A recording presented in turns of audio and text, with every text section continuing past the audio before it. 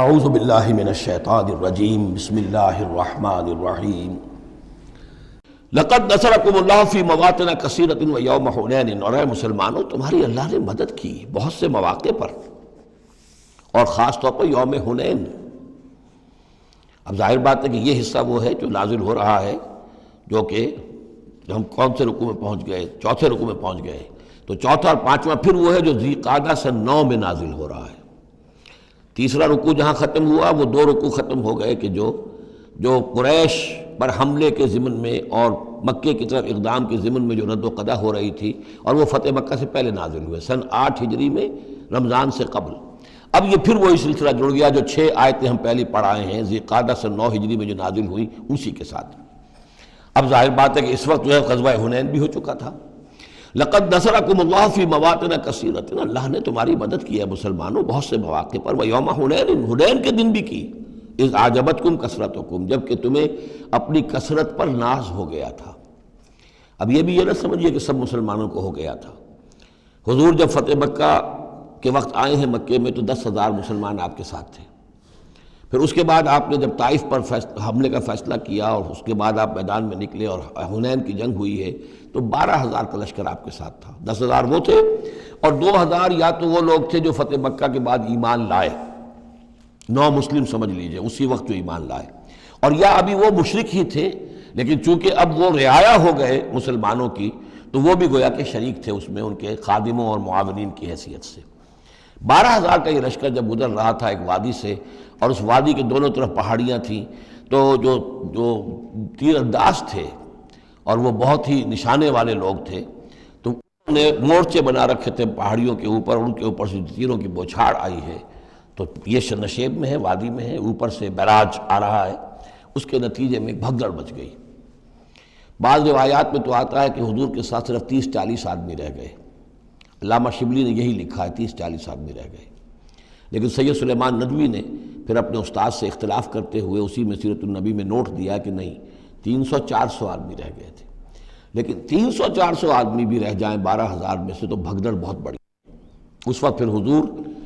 خود اپنی سواری سے اترے ہیں، علم اپنے ہاتھ میں لیا ہے، رجز آپ نے پڑھا ہے، انا النبی لا کذب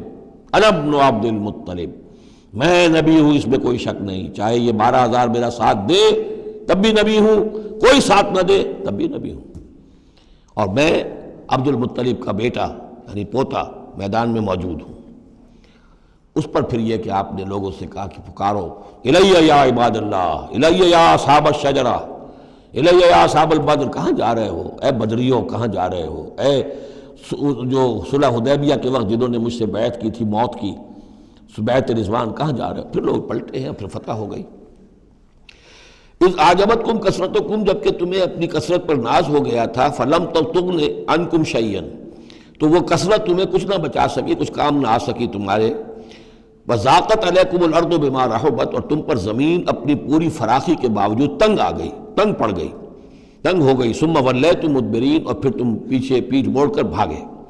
ثم انزل اللہ سکینتہ علی رسولہ، پھر اللہ نے نازل فرمایا اپنی طرف سے سکون اور تسکین اپنے رسول پر، وعلی المومنین، اور اہل ایمان پر، وانزل جنودا لم تروها، اور اس وقت بھی اللہ نے ایسے لشکر بھی اتارے جنہیں تم نے نہیں دیکھا، وعذب الذین کفروا، اور عذاب دیا کافروں کو، وذالک جزاء الکافرین، اور یقیناً یہ کافروں کا بدلہ یہی ہے۔ ثم یتوب اللہ من بعد ذلک علی من یشاء، پھر اس کے بعد بھی اللہ تعالیٰ توبہ نصیب فرما دے گا اپنے بندوں میں سے جس کو چاہے گا، اللہ غفور اور رحیم ہے۔ یا ایھا الذین آمنوا انما المشرکون نجس فلا یقربوا المسجد الحرام بعد عامہم ھذا، اہل ایمان یہ مشرک ناپاک ہیں، پلید ہیں، تو اب یہ اس سال کے بعد مسجد حرام کے قریب نہ پھٹکنے پائیں۔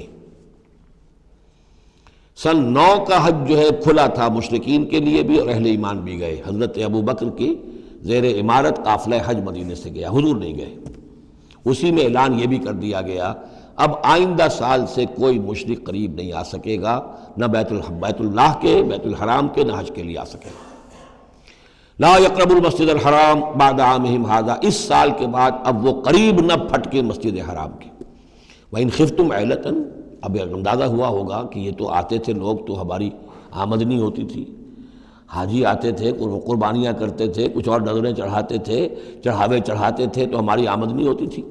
وَإِنْ خِفْتُمْ عَيْلَةً، اگر تمہیں فقر کا اندیشہ ہو فَسَوْفَ يُغْنِيكُمُ اللَّهُ مِنْ فَضْلِهِ، تو ان قریب اللہ تعالیٰ تمہیں غنی کر دے گا اپنے فضل سے انشاء، اگر وہ چاہے گا۔ ان اللہ علیم الحکیم، یعنی اتنی آئیں گی غنیمتیں تمہارے پاس کہ تم سے سنبھالی نہیں جائیں گی۔ حضور کے انتقال کے بعد چند سال کے اندر اندر